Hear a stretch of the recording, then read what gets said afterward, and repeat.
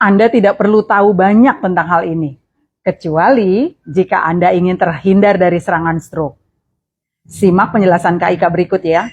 Jangan di-skip, siapa tahu ini berguna buat Anda. Dan silakan bagikan jika Anda rasa ini perlu juga untuk diketahui orang lain. Faktor-faktor resiko yang dapat menyebabkan stroke bisa digolongkan ke dalam dua kategori utama, yaitu faktor resiko yang dapat diubah dan faktor resiko yang tidak dapat diubah. Faktor resiko yang dapat diubah diantaranya yang pertama, tekanan darah tinggi atau hipertensi. Tekanan darah tinggi adalah faktor resiko utama stroke. Pengendalian tekanan darah melalui gaya hidup sehat atau obat-obatan dapat membantu mengurangi stroke. Yang kedua, merokok. Merokok dan paparan asap rokok meningkatkan risiko stroke karena merusak pembuluh darah. Yang ketiga, diabetes. Penderita diabetes memiliki risiko lebih tinggi untuk mengalami stroke, terutama jika tidak terkendali dengan baik. Yang keempat, kolesterol tinggi. Kadar kolesterol LDL tinggi dapat menyebabkan pembentukan plak aterosklerotik di arteri yang dapat menyebabkan stroke. Yang kelima, obesitas atau kegemukan.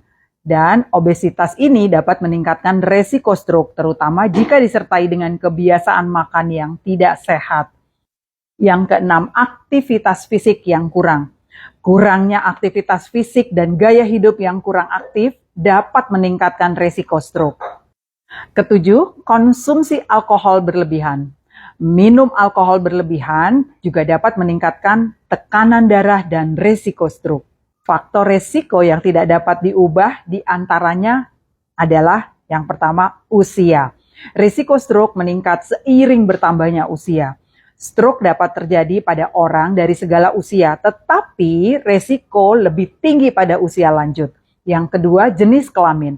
Wanita memiliki risiko stroke yang lebih tinggi pada usia tua, tetapi pada usia muda risikonya hampir setara dengan pria.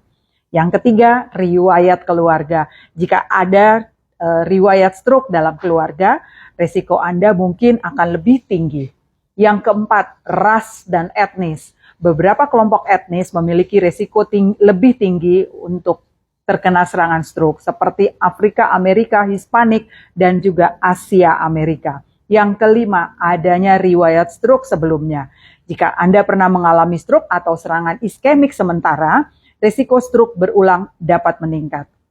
Penting untuk mengidentifikasi faktor risiko yang Anda miliki dan mengambil tindakan pencegahan seperti mengubah gaya hidup dan mengendalikan kondisi medis untuk mengurangi risiko stroke.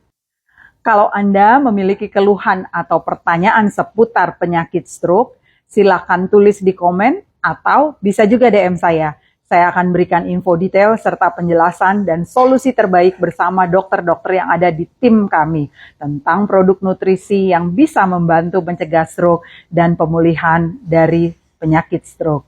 Salam sehat dan bahagia selalu.